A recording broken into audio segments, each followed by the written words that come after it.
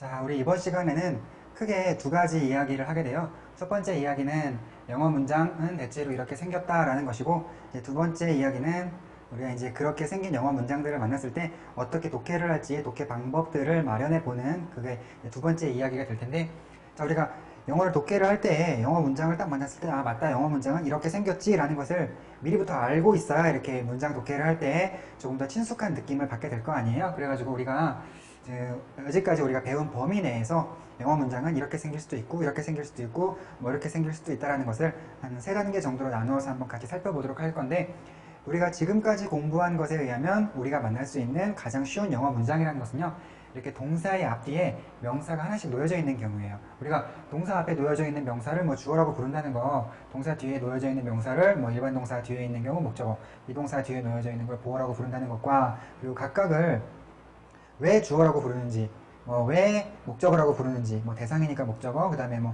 보충물이니까 보어라는 개념들, 여러분들 이 점은 다 알고 계시죠? 살짝 복습 한번 해보는 의미에서 선생님이 이렇게 잠깐 적어봤고요. 자, 그 다음에 여러분, 선생님이 이 동사와 목적어 또는 보어는 하나의 팀을 이룬다는 얘기를 했었던 걸 기억하실 거예요. 뭐 조직을 이룬다, 팀을 이룬다라고 하면서 그때 동사들은 그 조직 내의 어떤 보스가 되고, 그리고 그 목적어나 보어는 그 보스의 부하 직원이 된다라고 했는데, 이렇게 동사와 목적어 또는 동사와 보어가 팀을 이루는 이유는 이제 둘이 힘을 합쳐서, 왜냐면 동사 혼자 하게 되면 이 주어에 대한 설명을 약간 이렇게 궁금증을 남길 수가 있으니까 동사, 목적어, 동사, 보어가 팀을 이루어서 이렇게 주어에 대한 설명을 하는 것이 바로 문장이라고 볼 수가 있는데, 자, 여러분, 그렇다면 일반 동사하고 목적어와의 만남은 이 주어에 대해 뭘 설명하려고 할까요? 자, 일반 동사와 목적어는 이 주인공의, 주어의 동작을 설명하게 돼요. 왜냐면 여러분도 다 아시다시피 이 동사라는 것에 담겨있는 정보, 의미라는 것이 대체로 이 동작, 움직임, 행위 이런 것과 관련 있는 의미들이 동사 안에 들어있다 보니 대체로 이 주어가 무엇을 한다, 어떤 동작을 한다라는 이제 그런 식의 설명이 이루어지게 될 것이고, 이 비동사와 보어는 어떤 설명을 하게 되냐면요, 이 비동사하고 보어가 힘을 합치게 되면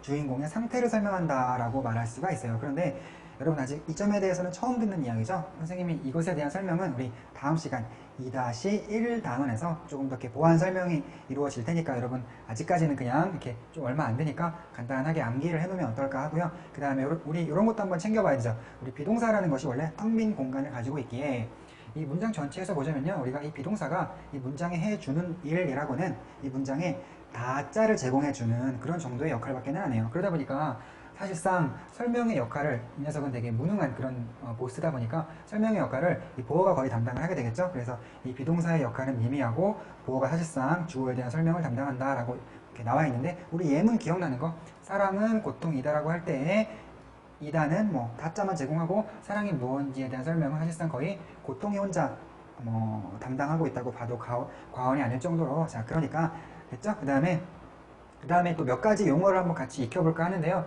뭐 주술관계, 술목관계, 술보관계가 바로 그것입니다. 여러분이 영어 공부를 하다 보면 특히 이 중에서 주술관계라는 이야기는 참 많이 듣게 될 건데, 이 주술관계라는 것이 무엇이냐면 어느 두 단어가 주어와 수어의 관계에 있다, 이 얘기예요. 우리 수어라는 게 뭐죠? 술어라는 것은 선생님이 뭐 동사의 다른 이름이다 이런 이야기를 한 적이 있었죠. 그러니까 결국 주술관계라는 것은 어느 두 단어가 주어와 수어, 주어와 동사의 관계에 있다 이런 이야기가 되고, 마찬가지로 술목관계라는 것은 어느 두 단어가 동사와 목적어, 수어와 목적어의 관계에 있다라는 이야기가 될 것이고, 이 술보관계라는 것은요, 어느 두 단어가 수어와 보어, 즉 동사와 보어의 관계에 있다라고 이렇게 얘기를 할 수가 있겠네요. 자, 여러분 이런 것도 익혀두도록 하시고, 다음에 이러한 이 문장들에다가 여러분들이 이제 이 다음으로 접할 수 있는 이보다 조금 더 어려워지는 문장이라면, 지금까지는 이제 뼈대만 갖추고 있는 문장이라고 볼 수가 있는데, 여기에 이제 수식이 들어오면, 뭔가 꾸며지기 시작하면 조금 더 복잡한 문장을 우리가 만날 수가 있겠죠. 우리 그 다음으로 첫 번째로서 이 부사가 수식된 그러한 문장에 대해서 한번 같이 만나보도록 할까요?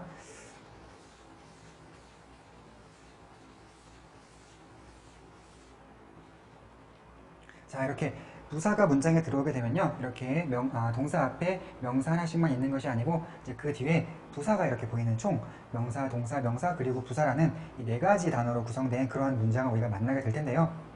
우리 부사의 역할이 뭐였는지 다시 한번 기억을 되더듬어 볼까요? 자, 부사라는 것은 우리 동사를 꾸미게 되어 있죠. 그렇다는 것은 자, 여기 있는 예문을 통해서 한번 그 부사가 동사를 꾸미는지 한번 확인을 해보면 자, 여기는 here라는 단어가 앞에 있는 so라는 동사를 꾸밀 거예요. 그렇다면 자, 보았긴 보았는데 어디서 보았냐? 그런 느낌으로 보았긴 보았는데 어디서 보았냐? 여기서 보았다. 이런 느낌이죠. 그죠? 그리고 여기 있는 이 last evening이라는 단어가 이 부사가 이 so라는 동사를 꾸미는지 한번 확인해 보고자 한다면 보았긴 보았는데 언제 보았냐? 지난 저녁, 어제 저녁에 보았다. 이런 느낌으로 이 부사들이 동사를 꾸며주고 있죠. 자, 이런 느낌은 우리가 이론적으로는 우리가 공부한 것에 의하면 확인을 해볼 수는 있긴 있는데요. 사실상 여러분 부사가 동사를 꾸민다는 것은요. 잘 보시면 이렇게 어떤 주성분과는 좀 나뉘는 이렇게 주성분 파트와 부사 파트가 따로 떨어지듯이 이 주성분과 좀 나뉘는 문장 후반부에 부사가 배치가 되잖아요. 우리 예전에 얘기했듯이 형용사는 명사를 되게 이렇게 밀착해서 아주 가깝게 딱 달라붙어서 꾸미는 반면에 이제 부사는 서로 이렇게 파트가 나뉘어서 주성분 파트와 부사 파트가 따로 나뉘는 느낌이 나는데 자, 선생님이 언젠가도 한번 얘기를 했던 것 같아요. 선생님이 이렇게 영어를 강의를 하고 영어를 연구를 하면 할수록에 그 문장 안에 들어있는 이런 단어들이 마치 살아 움직이는 생명체 같다. 자기들끼리 어떤 역할도 주고받고 그리고 어떤 관계도 있고 한 것이 생명체 같다라는 얘기를 한 적이 있었는데 우리 사람과 사람 사이에서도 이렇게 서로 공간적으로 거리가 멀어지면 서로 이렇게 마음도 멀어지는 그러한 현상이 좀 생기잖아요. 이 단어들끼리도 마찬가지예요. 이 부사라는 것이 동사와 상당히 거리가 좀 있죠. 여러분 예문을 통해서 보시면 이 here라는 부사가 이 so라는 동사하고 굉장히 거리가 멀어 보이고 여기는 지금 이 last evening이라는 이 부사는 이 so라는 동사가 거리가 더욱더 멀죠. 이 녀석들이 이렇게 거리가 멀기 때문에요. 사실상 이론적으로는 꾸미는 것이 맞기는 하나 우리가 이렇게 독해를 하는 과정에서 잘 보면요. 꾸미는 느낌보다는 오히려 이렇게 싹둑 절단되는 그런 느낌마저 들 정도예요. 사실상 그래가지고 자, 이 문장을 통해서 한번 여러분에게 부사가 등장했을 때 부사가 등장한 것이 어떤 느낌이 나는가를 다시 한번 확인을 시켜드린다면은 자, 이런 일이 있었다. 이런 일이 있었는데 자, 그 일이 일어난 공간적인 배경이 여기고 또는 시간적인 배경이 여기다 라는 식으로 이런 중심 내용에다가 이 중심 내용에 공간적인 배경, 시간적인 배경이 어디였는지를 말해주는 이런 느낌이 이렇게 덧붙은 이런 느낌이 나지 이 here가 동사를 꾸미고 여기는 last evening이 저기는 동사를 꾸미고 하는 느낌은 그다지 크게 나질 않는다는 거 바로 이게 이제 부사가 동사를 꾸밀 때 그런 느낌이라고 생각해 볼 수가 있을 것 같아요. 여러분하고 선생님과 이렇게 앞으로 독해 공부도 같이 해나가는 과정에서 여러분에게 이렇게 독해를 돕기 위해서 선생님이 같이 문장을 쭉 읽다가 자, 여기 부사가 시작되니까 한번 이렇게 싹둑 끊어보자 라는 얘기를 하면 할지언정 우리 부사가 동사를 꾸미니까 한번 이렇게 표시를 해볼까요? 라면서 이렇게 어떤 화살표 표시 이런 것을 하도록 유도하는 그런 일은 아마도 없겠죠? 자, 알겠습니다. 그 다음으로는 우리 이제 지난 시간에 어순 공부할 때 여러분 이 형용사라는 것은 명사와 밀착해서 유대 관계가 크기 때문에 이 명사 위에 포개져서 이렇게 움직이는 관계로 어순 공부할 때는 잠시 없는 것으로 치자라고 했던 형용사 있죠. 그 형용사를 우리가 지금 이제 이 문장 안으로 불러들여야 되는데 영어의 형용사의 경우는요. 명사와 밀착하되 이 명사의 바로 앞에 있을 수도 있고 어쩔 때는 명사의 바로 뒤에 나타날 수도 있어요. 그런데 우리가 아직까지는요. 형용사라는 것이 명사의 앞에 나타난다는 사실에 이제 국한을 해서 아직까지는 공부를 하려고 하는데 이제 그렇다면 우리가 이러한 부사가 등장한 문장에다가 형용사까지 등장을 시킨다면 우리가 배운 범위 내에서는 그것이 아마 가장 어려운 문장이 되겠죠. 이 명사 앞에 형용사가 나타나고 이 명사 앞에 형용사가 나타날 거예요. 자, 이런 식으로 나타날 텐데 자, 여러분에게 또 이 형용사가 명사를 꾸민다는 것이 과연 어떤 것인지를 조금 더 이렇게 이렇게 잘 이해할 수 있도록 여러분에게 도와드리기 위해서 선생님이 원래는 액세서리 하는 걸 별로 안 좋아하거든요. 근데 여러분에게 어떤 더 보람찬 강의를 위해서 오늘은 이렇게 목걸이를 하고 왔어요. 근데 여러분이 형용사가 명사를 꾸민다는 것을 선생님이 이렇게 목걸이를 달고 있는 그 정도의 개념으로 한번 받아들여 보면 어떨까 그런 생각이 들어요. 선생님이랑 지금 목걸이랑 아주 밀착해서 있죠. 여러분 선생님 이름이 이제 브라이언이잖아요. 그런데 선생님이 여러분들이 브라이언을 여러분의 영어 선생님으로 한번 생각한다. 여러분의 영어 선생님으로 생각을 하고 있죠. 그런데 어느 날 오늘처럼 선생님이 목걸이를 하고 나왔어. 자, 목걸이를 한 브라이언. 목걸이랑 선생님이랑 게 딱 붙어 있는데 여러분들이 선생님이 목걸이를 했다는 이유로 저 사람은 선생님 아니다 이렇게 선생님 대우를 안 할 건가요? 그건 아니죠. 목걸이를 안 한 그냥 브라이언이나 목걸이를 한 브라이언이랑 여러분들이 선생님이라고 치는 건 아마 마찬가지일 거라는 생각이 드는데 혹시 만약 선생님이 나 오늘 강의하기 싫다 이런 생각을 한 다음에 목걸이만 이렇게 카메라 앞에다가 놔둔 다음에 나는 나가버린다면 그때는 좀 문제가 될 수 있겠지만 선생님이 목걸이를 했느냐 안 했느냐는 그렇게 큰 차이가 없을 거라는 생각이 들어요. 그런 것처럼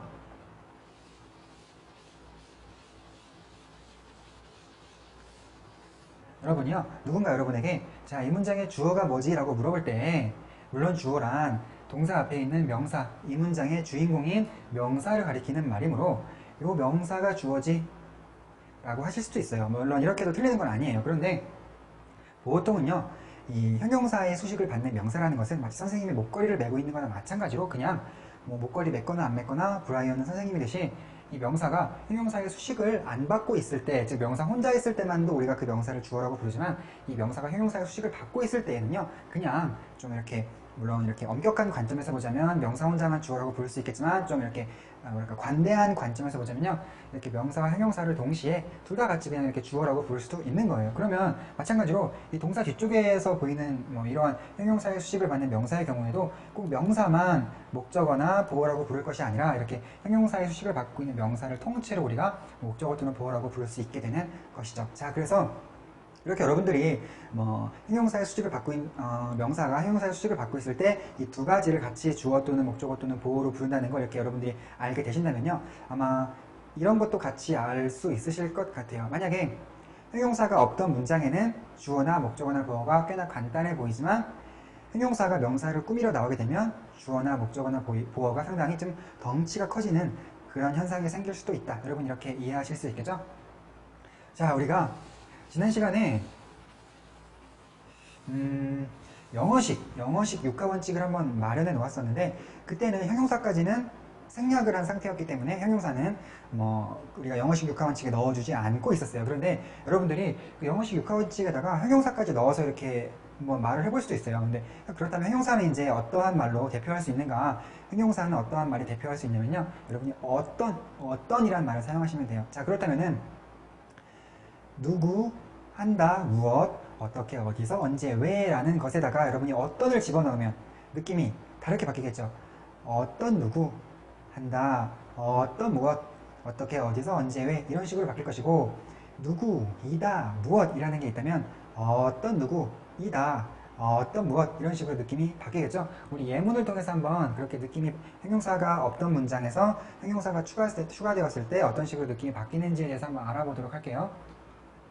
자, 그냥 보이였는데, 그냥 소년이었는데 어린 소년 이런 식으로 느낌이 바뀌었죠. 그죠? 그러면서 주어가 조금 덩치가 커진 느낌이 나네. 그 다음에 그냥 사고였는데 끔찍한 사고 이런 식으로 바뀌면서 목적어가 조금 덩치가 커진 느낌이 나죠. 자, 그 다음에 그냥 사랑이었는데 형용사 원사이디드라는 뭐 일방적인 이라는 형용사가 등장하면서 그냥 사랑이 일방적인 사랑 이런 식으로 좀 덩치가 커졌어요. 그 다음에 보어도 마찬가지로 그냥 페인이 아니고 intolerable pain, 참을 수 없는 페인 이런 식으로 형용사가 들어오면서 약간 느낌이 달라지는 거 여러분들 다 확인되고 계시죠?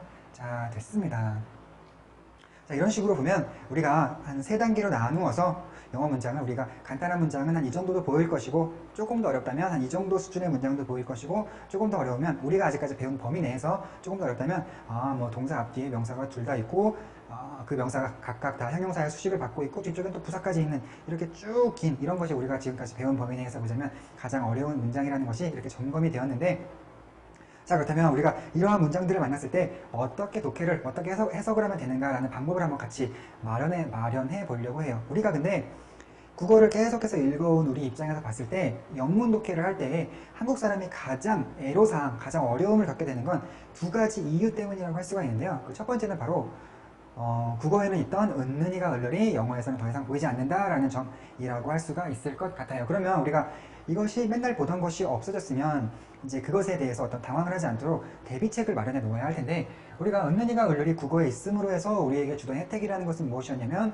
어떠한 명사가 주어고 어떠한 명사가 목적어인지 우리에게 알려준다고 했었잖아요. 그런데 그렇다면 이 은는이가 을을 없이도 영어 문장에서 주어가 무엇이고 목적어가 무엇인지 우리가 알아볼 수 있으려면 어떠한 방법이 필요한데 선생님이 그 방법에 대해서는 지난 시간에 알려드렸었죠. 자, 여러분 알고 계신 대로 동사 앞에 있는 명사가 주어고 동사 뒤에 있는 명사, 이게 일반 동사라면 뒤에가 목적어, 비동사라면 뒤에가 보어라고 할 수 있게 되는 거예요. 자, 그런데 그렇다라면은 여러분이 평소에 단어 공부를 할 때 어떤 습관을 가지고 있어야 할까요? 여러분들이 평소 단어 공부를 할 때 선생님이 지난번에 이렇게 단어장 공부를 하는 걸 말씀드린 대로 한 단어를 외울 때마다 품사를 정확하게 외우는 게 굉장히 중요해요. 여러분들이 영어 문장을 딱 접했을 때 이렇게 많은 단어 중에 품사로서 어떤 게 동사인지를 못 알아보신다면요, 그 문장은 포기를 해야 돼요. 왜냐면 동사를 기점으로 앞에가 주어고 뒤에가 목적어 또는 보어라는 그런 기준을 마련을 해 놓았기 때문에 동사가 발견이 안 되면 어디까지가 그거 어디까지가 그건지가 알 수가 없는 거잖아요. 그죠? 그리고 우리가 영문 독해를 할 때 동사를 발견해내는 능력은 정말 중요한 것이다.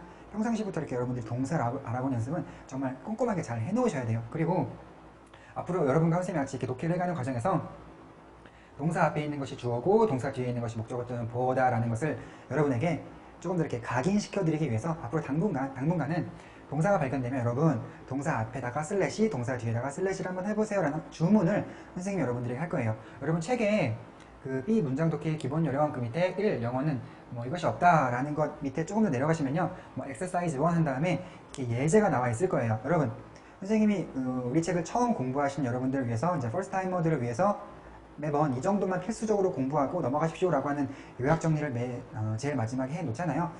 그것과 아울러서 선생님이 별도로 말을 하지 않더라도 이러한 문장들은요, 여러분이 꼬박꼬박 독해를 열심히 하시고 넘어가셔야 돼요.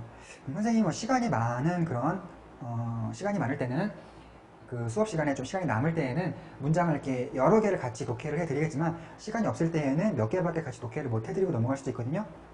그럴 때에는요, 여러분들이 그 우리 책 뒷부분에 보면 이 해설지가 나와 있잖아요. 거기에 보면 여러분들이 혹시 이런 그 본문 내용 중에 이 독해 지문에 여러분들이 필기를 하실 수가 있기 때문에 좀 깨끗하게 다시 한번 시도를 해보세요 라는 의미로 제일 마지막에 이 필기 없는 깨끗한 영어 문장과 그것을 해석한 문장을 같이 이렇게 해설을 실어놨으니까 여러분들이 이제 해설을 가리고 독해를 한번 해본 다음에 옆에랑 맞춰보고 이런 식으로 공부를 하시면 될 것 같아요. 자, 그러면 처음에 일단 여러분들도 이 부분을 펴신 다음에요, 선생님이 방금 말한 대로 이 각 문장에서 동사를 한번 발견한 다음에 동사의 앞뒤에다가 한번 슬래시를 긋는 그런 연습을 한번 해볼까요? 자, 여기서는 was가 있네. 그러면 was 앞에서 한번, 뒤에서 한번 이렇게 해주시면 되고, 자, 이 문장에서는 found가 동사예요. 그죠? 그러니까 found 앞에서 한번, 뒤에서 한번, 그 다음에 이 문장에서는 여기 있는 head가 동사니까 head 앞에서 한번, 뒤에서 한번 이렇게 슬래시를 그었어요. 그런데 이 문장은 지금 이 fever 뒤에서 부사가 시작되기 때문에 선생님 아까 조금 전에 이 주성분과 부사는 또 끊어지는 느낌이 난다 이런 말씀 드렸었죠. 그러니까 이 부사 앞에서는 한번 두 번 해볼까요? 이렇게. 자, 두 번 표시를 했습니다. 자, 그러면 이 비동사 앞에 있는 이 야신이라는 명사가 주어, 비동사의 뒤에 있는 이 골키퍼라는 명사가 보어가 되겠죠. 그 다음에 일반 동사인 found와 head 앞에 있는 매튜 또는 I가 주어, 그 다음에 found 또는 head 뒤에 있는 box와 fever 같은 것이 목적어라고 할 수가 있겠어요. 그러면 자, 이렇게 표시를 했으니까 여러분 이제 본격적으로 진짜 여러분이 해석을 잘할 수 있는 방법을 말씀드릴 건데요. 이 명동형부 4가지 품사 중에서 여러분이요, 자, 명사를 제외한 나머지 품사는 여러분이 알고 있는 뜻 그대로 읽어주시면 됩니다. 그러니까 부사는 부사 뜻 그대로, 예를 들어 뭐 carefully를 만나면 그냥 신중하게 라고 말하시면 되고, 예를 들어서 여기 나온 것처럼 뭐 found가 발견되면 발견했다 라고 그냥 말하시면 되고, 네, 또 하나 뭐가 있나요? 형용사, 뭐 예를 들어 이런 하이 같은 걸 만나시면 높은, 그냥 이렇게 말씀하시면 돼요. 단 조심할 것이 뭐냐면, 여러분이 명사를 만났을 때에는요, 자, 그 명사가 주어라면, 즉 동사 앞에서 발견된다면 여러분이 이 명사에다가 영어에는 없지만 은는이가를 붙여서 읽어주시면 됩니다. 자, 볼까요? 이 동사 앞에 있는 명사에다가는 은는이가를 붙인다. 그 다음에 동사 뒤에서 발견되는 명사에다가는 이것이 목적어일 테니까, 특히 만약에 일반 동사라면 목적어일 테니까 을을 붙인다. 이렇게 알고 계시면 될 것 같아요. 여러분들이 비동사 뒤에서 만나는 명사에는 뭘 특별히 붙이실 필요는 없는데, 자, 영어에도 있지도 않은 이런 은는이가나 을을 국어에만 있다는 걸 여러분들이 해석할 때 왜 붙여주셔야 하냐면요, 우리가 굉장히 오랜 기간 이런 은는이가 을에 의존해서 주어 또는 목적어를 이렇게 인식하는 그런 식의 이제 국어 읽기죠. 그런 걸 해왔기 때문에 갑자기 은는이가 을이 사라지면 상당히 좀 난처하게 돼요. 뭔가 잘 인식을 못한다고나 할까? 여러분들이 이제 공부를 계속 하시다 보면 나중에는 이런 은는이가 을 같은 글자 없이도 그냥 영어 자체를 영어 자체대로 이해할 수 있는 그런 경지가 나중에는 와요. 그 나중에 그런 경지가 오기 전까지 이제 그런 경지까지 점점 다가가는 과정에서 우리가 지금 첫 발을 내디딘 이 시점에서는요, 여러분들이 그래도 아직까지는 이 주어 쪽에는 은는이가, 보어 쪽에는 아무것도 안 붙이고 주어 쪽에 은는이가, 이 목적어 쪽에는 을을 이런 걸 붙여보는 연습을 꼭 해보셔야 할 것 같아요. 자, 그러면 한번 이 끊기를 한 위에다가 여러분들이랑 한번 같이 이렇게 은은이가 을을 붙여보면요. 자, 이렇게 되겠죠? 야신은 이었다. 골키퍼. 자, 이런 식으로 독해를 하시면 되는 거예요. 자, 그 다음에 매튜는 발견했다. 뭐 또는 찾았다. 책을 이런 식으로 하시면 되겠죠? 자, 그 다음에 이 문장은요. 나는 가졌다. 여러분, 한 가지 좀 이상한 거 발견하셨죠? 보통은 동사 뒤에 명사가 나온다고 했는데 여기 동사 뒤에 명사가 아니고 하이라는 형용사가 나왔네요. 여러분, 이거 어떻게 된 걸까요? 자, 조금 전에 우리가 영어에서 형용사의 수식을 받으면 이런 것이 발견될 수도 있다라고 하는 걸 미리 점검을 하고 왔는데요. 자, 여러분, 이렇게 9번 문장 옆에다가 한번 필기를 해보실까요? 동사 뒤에 명사가 바로 발견된다면 여러분, 이 명사에다가 을자를 붙이면 되시지만 이 동사 뒤에 형용사가 발견되고 그 뒤에 명사가 발견된다면요, 이때는 이 형용사가 명사를 꾸미고 있는 거예요. 그죠? 그러면 여러분들이 형용사가 보이네 하고 당황스러워 하실 필요도 없고, 그렇다고 또 되게 큰 실수, 이 형용사에다가 을을 붙이려고 노력하실 필요도 없고, 이 형용사를 사용해서는 이 뒤에 있는 명사를 꾸며주신 다음에 그 다음에 나온 명사에다가 을을 붙여주시면 되겠죠? 자, 여러분, 9번 문장 옆에다가 이거 잠깐 필기 한번 해보세요. 됐습니다. 됐죠? 자, 그 다음에 그렇다면 이제 이 문장 같은 경우에는 이런 식으로 해석이 되겠네요. 자, 나는 가졌다. 높은 열을 어저께 이런 식으로 독해를 하시면 되는 거예요. 자, 여러분, 선생님이랑 같이 공부 독해를 하다 보니까 지금 아마 한 9번 문장쯤에서 약간 뭔가 좀 어색하다라는 걸 느낀 분이 계실지도 모르겠는데, 어떤 점이 어색하냐면요, 한국 사람들은 열을 가졌다라고는 잘 하지 않죠. 보통 우리는 어떻게 얘기하나요? 뭐 열이 났다, 뭐 열이 많이 났다, 이런 식으로 얘기를 하게 되겠죠. 자, 그럼 여기서 우리가 영어를 한국말로 해석 또는 뭐 번역할 때 그 번역하는 방법이 뭐 크게 두 가지가 있을 수가 있어요. 그것이 바로 직역이라는 것과 의역이라는 것인데요. 각 단어가 가진 그 단어의 의미를 그냥 단어의 뜻을 충실하게, 뭐 아이니까 나, 이건 해보니까 그냥 가졌다, 그 다음에 높은이니까 높은, 뭐 열이니까 열, 이런 식으로 이렇게 그냥 단어의 뜻에, 기본적인 뜻에 충실하게 이렇게 독해를 해나가는 거, 단어가 가진 기본적인 의미를 충실하게 살려서 해석을 하는 거, 죄송합니다. 이렇게 단어가 가진 기본적인 의미를 충실하게 살려서 해석을 해 나가는 걸, 이걸 우리가 직역이라고 할 수가 있고요.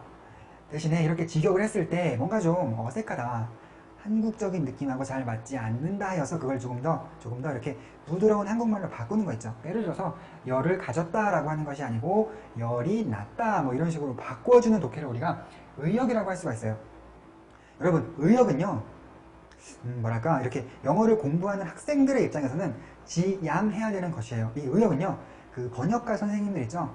그러니까 외국의 원서를 한국으로 들여와서 한국의 여러 독자들이 조금 더 편하게 읽을 수 있도록 해석을 하시는 그런 분들 입장에서는, 이 독자들이 글을 편하게, 한국적인 느낌으로 편하게 읽을 수 있도록 하기 위해서는 의역을 해야 될 필요성이 있겠지만, 여러분들은 절대로 의역을 좀 지양하셔야 돼요. 선생님이 그 의역을 지양하고 이 직역을 지향해야 되는 이유를 몇 가지 말씀드린다면요.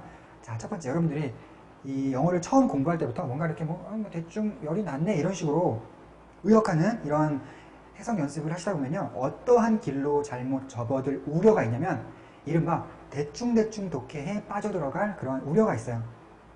이 대충대충 독해를 하게 되면요, 이렇게 쉬운 문장의 경우에는 대충 하나 뭐 직역 하나 별 차이 없지 않나요? 이렇게 얘기하실 수도 있는데, 우리가 처음부터 이렇게 어떤 영어 독해는 이렇게 하는 것이다, 영문법에 근거해 봤을 때 영어 독해는 이런 식으로 하는 것이 옳다라는 그런 마련된 기준들에 맞춰서 그렇게 직역하면서 독해하는 연습을 꾸준히 한 경우에는요, 굉장히 어려운 문장이 만났을 때도 이건 이렇고 이건 저러니까 이렇게 독해를 해야 되겠네라는 게 다 보인다면, 아주 쉬운 문장일 때부터, 우리 왜 3살 보는 여든까지 간다고 그러죠. 쉬운 문장일 때부터 그냥 대충대충 독해를 하다 보면요, 어떤 영어를 읽는 기준을 잘 터득하지 못하게 될 우려가 많이 생겨요. 그래서 어려운 문장을 만났을 때는 대충대충 독해가 절대 안 되거든요, 어려운 문장은. 그래서 어떤 독해 실력을 향상시키는 데 있어서 한계가 생긴다. 자, 그래서 여러분들 직역하는 그런 뭐 연습을 해야 될 것 같고요. 자, 그 다음에 영어를 이렇게 교육하는 입장에서 보면요, 선생님 생각에는 의역보단 선생님들도 직역하는 연습을 학생들에게 알려줘야 될 필요가 있다는 것이 여러분들 가지고 계신, 아마 벌써 느껴보신 분들 있으실 거예요. 여러분들 이렇게 가지고 계신 독해집을 공부하다 보면은 이 부분이 좀 독해가 잘 안 되네, 이걸 어떻게 해석해야 되는지 한번 봐야지, 그리고 답안지를 딱 폈어요. 근데 답안지에 나와 있는 해석을 보면 여러분 아시죠? 아시나요? 이 답안지 해석은 거의 대부분 의역을 표방하고 있거든요. 그래서 이 영어 지문을 가능한 부드러운 한국말로 바꿔놓은 거예요. 이 부드러운 한국말로 바꾸는 과정에서 영어에는 있지만 어떠한 영단어가 해석하는 과정에서 부드럽게 바꾸다 보면 빠질 수도 있고, 어떤 경우는 영어에는 있지 않지만 어떤 영단어가 이 한국식 해석에는 들어와 있을 수도 있어요. 이게 의역의 약간 보면 단점이라고 할 수 있는데, 그럼 여러분이 궁금했던 그 부분이 바로 답안지에는 안 나와 있을 수도 있고, 그리고 이 영어 지문에는 없는데 괜히 의역하다가 등장한 어떤 한국 단어 때문에 아니 도대체 이 단어가 이 영어 지문 중에 어떤 거지? 라는 걸 여러분이 고민하다가 시간 낭비를 하게 되는 그런 어떤 뭐랄까 어떤 그런 단점이 있을 수가 있거든요. 그래서 선생님은 이런 가치관이 있는 게, 선생님들도 가능한 학생들하고 공부를 할 때에는 의역보다는 직역을 해줘야 되지 않을까, 이런 생각을 해요. 선생님은 우리 영감 강의 내에서는 의역보단 직역하는 걸 되게 이렇게 지향하는 바고, 그 다음에 이제 마지막으로 여러분들이 이제 예를 들어 말을 하거나 이렇게 영작을 하실 때에도요, 혹시 여러분 진짜 열이 났어, 그래갖고 외국인 친구에게 나 열났다라는 말을 하고 싶을 때, 열이 피버라는 걸 알아요. 그랬을 경우 친구한테 열났다라는 말을 하고 싶다면 낫다? 낫다가 뭐지? 그러면서 영한사전에서 낫다가 뭔지 막 찾고 계실 거 아니에요, 그죠? 사실 외국 사람들이 열이 낫다고 표현하는 게 아니고 이렇게 여기 보신 것처럼 열을 가지고 있다고 표현하잖아요. 그러면 여러분들이 이런 걸 이렇게 직역을 평상시 하시면서 맞다, 내가 예전에 독해할 때 열이 낫다가 아니고 열이 가지다였지, 이런 거 떠오르신다면 그냥 have를 써가지고 간단하게 표현할 수 있는 거를 평상시부터 이렇게 뭔가 좀 뭉뚱그려서 애매하게 뭐랄까 좀 대충 독해를 해서 열이 낫다라고 한다면, 의역을 해서 열이 낫다라고 했다라면 열은 가졌다라고 한다는 것을 여러분이 한 번 더 느껴볼 기회를 점점 잃어가게 되는 거라고 볼 수가 있겠죠. 그래갖고 선생님은 여러분들한테 가능한 한 직역을 하는 것이 어떨까라는 그런 걸 이렇게 추천하는 바예요. 그러니까 여러분들하고 선생님 앞으로 계속 직역을 같이 하는 그런 연습을 하도록 할 거고요. 자, 다음에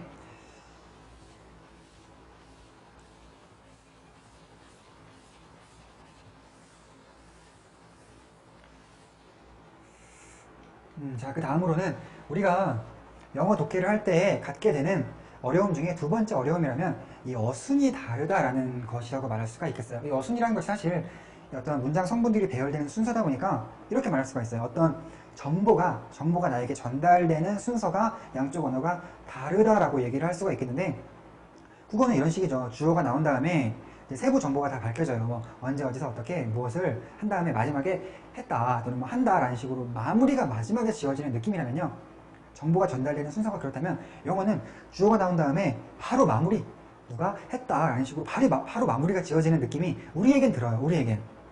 우리와는 좀 이렇게 우리 어순과 다르다 보니까 우리에게 약간 어색할 수가 있겠죠.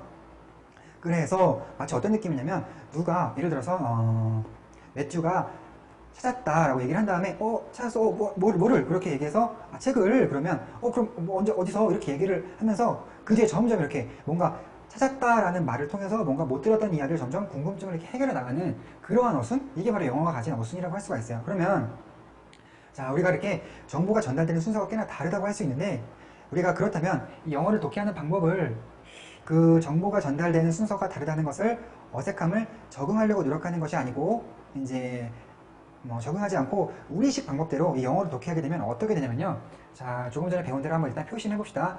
동사의 앞뒤에서 끊으라고 말씀을 드렸으니까 이렇게 끊으시고, 그 다음에 이 문장에서 여기부터 here부터 부사가 시작되니까 이렇게 끊으시고, 그 다음에 자, 그렇게 되면 지금 다 표시가 되어 있는데, 이거를 영어 어순을 무시한 채 한국말적으로 자연스럽게 독해를 하다 보면요, 어린 소년이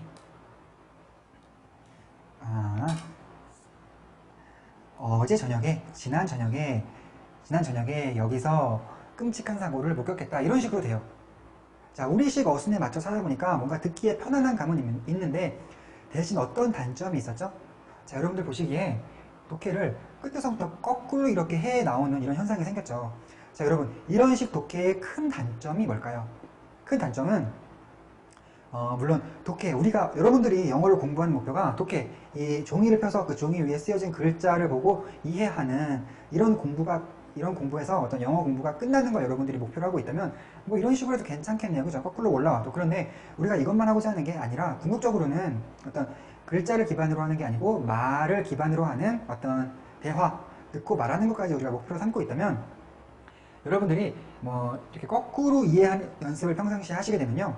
듣기는 어떨까, 듣기. 우리 듣기라는 건 이렇게 쫙 펼쳐져 있는 게 아니고 정보가 계속해서 흘러나오는 거잖아요. 그죠? 그러면 우리는 듣는 순간순간마다 정보를 우리 머릿속에서 계속 처리를 할 수가 있어야 되는데, 여러분들이 그런 어떤 우리와 정보가 전달되는 순서가 다르지만 다른 대로 나오는 대로 계속 처리하는 연습을 평상시에 해 두셨다면, 독해할 때부터 해 두셨다면 듣기를 할 때도 한결 편해지겠죠. 그렇죠? 하지만 독해를 할 때 뭐 종이 위에 쓰여있다는 이점을 살려가지고 거꾸로 하는 식에 익숙해져 계시다면 듣기를 할 때는 상당히 좀 불편한, 이렇게 이거 정보 전달 순서가 이상해 라고 하면서 좀 이렇게 뭔가 어색한 그런 점을 느끼게 되실 것 같아요. 여러분들 이렇게 독해를 앞에서부터 왼쪽부터 오른쪽으로 쭉 이런 식으로 쭉 해나가는 독해를 우리가 직독직해라고 부릅니다. 선생님이 표방하는 독해는 바로 직역과 직독직해라고 얘기를 할 수가 있겠는데요. 선생님 이제 직독직해라는 말을 들으면 우리 영어 교육에 약간 아픈 역사가 좀 떠올라요. 왜냐면 선생님이 어떤 얘기 하나 해볼게요. 선생님 어릴 때 들었던 얘기인데, 우리나라에 금융실명제가 처음 도입되었을 때 어떤 컬럼니스트가 했던 말이에요. 근데 선생님 하도 어릴 때 들었던 얘기라서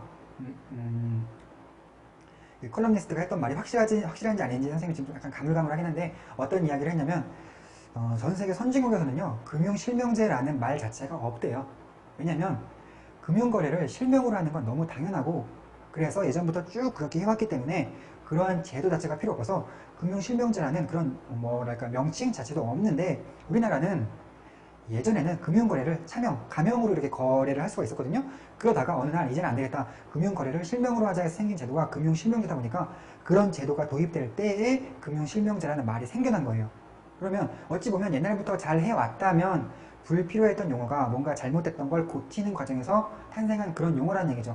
우리가 금융실명제라는 용어를 들으면 예전에 우리나라는 금융을 실명으로 거래하지 않았던 적이 있었구나라는 걸 이렇게 인식할 수 있듯이, 이런 직독직해라는 말을 들으면요 원래 독해는 당연히 이렇게 쭉 하는 거예요. 쭉 하는 게 자연스러운 건데, 우리 예전의 영어 교육 방식이라는 것이 이런 어떤 우리나라 말과 정보 전달 순서가 다른 영어의 어순에 적응하려기보다는 어떤 종이라는 글자라는 이점을 살려서 그냥 차라리 거꾸로라도 오자 이런 식으로 했던 어떤 그런 걸 그런 식으로 영어 교육이 이루어졌던 뭐랄까 우리나라 영어 교육의 아픈 그런 시점이 있었거든요. 그런데 이제 최근에 여러 이제 약간 깨어있는 영어 선생님들께서 영어도 비록 우리말과 어순은 다르지만 그 어순을 피해가려고 할 것이 아니라 그런 어순에 적응하자라고 해서 이렇게 앞에부터 뒤로 쭉 있는 이러한 그런 식의 독해를 하자라고 하면서 이러한 직독직해라는 말이 등장하게 된 건데, 사실 너무나 자연스럽게 앞에부터 뒤로까지 읽는 게 당연한 것이므로 옛날부터 그렇게 해왔다면 직독직해란 말이 굳이 필요가 없었겠죠. 자, 그래서 우리가 직독직해란 말이 있다는 건 예전에 우리가 그렇게 하지 않은 적이 있었다는 걸 거꾸로 반증하는 그런 말이라는 점에서 약간 우리나라의 아픈 영어 교육의 역사가 떠오른다고나 할까? 자, 그런 생각이 들어요. 자, 그래서 선생님하고 여러분과 독해를 할 때는 앞으로 쭉 이렇게 거의 직독직해한 연습을 여러분들에게 시켜드릴 건데, 그런데 이따금 이럴 때는 있어요. 그 영어의 어순과 국어의 어순이 너무 달라서 도저히 한국말로 이렇게 직독직해를 할 수 없을 때도 간혹 있거든요. 그럴 때에는 어쩔 수 없지만 약간 이렇게 뒤에서 앞으로 조금 거슬러 올라오는 그런 식도 있겠지만, 가능한 범위 내에서라면 앞으로 그냥 쭉 읽는 그런 연습을 그럼으로써 이렇게 궁극적으로 듣기까지 커버할 수 있는 그런 이해 방식을 여러분들에게 이렇게 심어 드릴까 하고 있고요. 자, 이렇게 하면서 여러분들과 독해를 하는 기본적인 방법들을 마련해 보면서 이제 오늘 강의도 마무리가 된 것 같습니다.